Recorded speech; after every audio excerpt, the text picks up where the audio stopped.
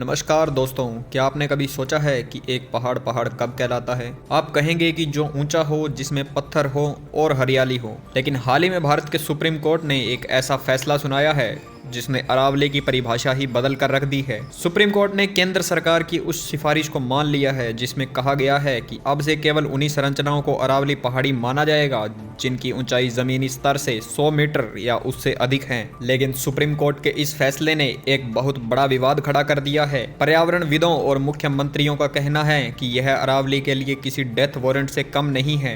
आज की इस वीडियो में हम गहराई से समझेंगे कि ये 100 मीटर का गणित आखिर है क्या और क्यों ये राजस्थान और दिल्ली एनसीआर के लिए खतरे की घंटी है। मामला शुरू हुआ अरावली क्षेत्र में अवैध खनन को रोकने से और अरावली की एक समान परिभाषा तय करने से। अब तक राजस्थान, हरियाणा और दिल्ली में अरावली को अलग अलग पैमानों पर मापा जाता था, लेकिन 20 नवंबर 2025 को सुप्रीम कोर्ट ने केंद्र सरकार के पर्यावरण मंत्रालय की सिफारिशों को स्वीकार करते हुए अरावली की नई आधिकारिक भाषा तय की। सुप्रीम कोर्ट के अनुसार अरावली पहाड़ी की वह भू आकृति जो अपने आसपास के क्षेत्र से कम 100 मीटर ऊंची हो। अगर 2 या 2 से अधिक पहाड़ियां 500 मीटर के दायरे में हैं तो उन्हें रेंज में माना जाएगा। सुनने में यह एक वैज्ञानिक परिभाषा लगती है, लेकिन असली पेंच इसकी गहराई में छिपा है। विशेषज्ञों का दावा है कि इस एक परिभाषा से अरावली का 90% हिस्सा कानूनी सुरक्षा के दायरे से बाहर हो सकता है। फॉरेस्ट सर्वे ऑफ इंडिया की एक आंतरिक रिपोर्ट के अनुसार अरावली की कुल 12,081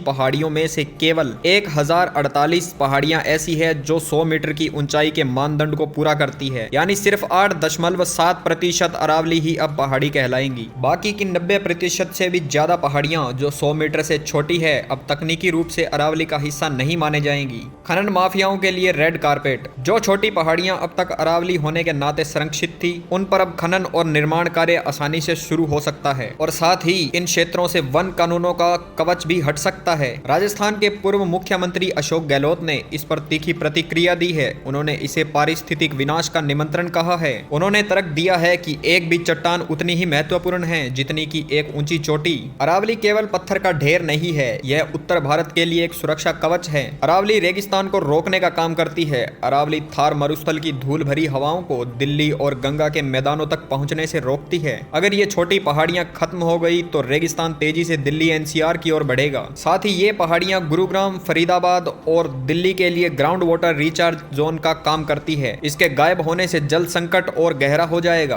अरावली दिल्ली के फेफड़े हैं, यहाँ के जंगल प्रदूषण को सोखते हैं और दिल्ली के वायु प्रदूषण को नियंत्रण रखने में सहायता करते हैं। हालांकि हमें सिक्के का दूसरा पहलू भी देखना चाहिए। सुप्रीम कोर्ट ने न केवल परिभाषा ही तय की है बल्कि कुछ कड़े निर्देश भी दिए हैं। सुप्रीम कोर्ट ने नए खनन पट्टों पर रोक लगा दी है जब तक कि केंद्र सरकार सस्टेनेबल माइनिंग का मैनेजमेंट प्लान तैयार नहीं कर लेती। कोर्ट का मानना है कि पूरी तरह से प्रतिबंध लगाने से अवैध खनन बढ़ता है, इसलिए एक वैज्ञानिक परिभाषा जरूरी है ताकि रेगुलेशन सही तरीके से हो सके। सवाल यह है कि क्या पर्यावरण को केवल मीटर और सेंटीमीटर में मापा जा सकता है? क्या एक 99 मीटर की पहाड़ी पारिस्थितिक रूप से महत्वपूर्ण नहीं है? अरावली दुनिया की सबसे पुरानी पर्वत श्रृंखलाओं में से एक है। वैज्ञानिकों का कहना है कि सरकार को ऊंचाई के बजाय पहाड़ियों की संरचना और पारिस्थितिकी पर ध्यान देना चाहिए। अगर विकास की दौड़ में हमने इन छोटी पहाड़ियों को खो दिया तो इसकी कीमत हमें आने वाली पीढ़ियों के स्वास्थ्य और पर्यावरण के रूप में चुकानी पड़ेगी। आप इस फैसले पर क्या सोचते हैं? क्या 100 मीटर का पैमाना सही है या यह खनन माफियाओं को फायदा पहुंचाने की एक चाल है? हमें कमेंट्स में जरूर बताएं। वीडियो पसंद आया हो तो इसे लाइक करें और अरावली को बचाने की इस चर्चा को और आगे बढ़ाने के लिए शेयर करें और चैनल को सब्सक्राइब करना ना भूलें ऐसी ही महत्वपूर्ण खबरों के लिए।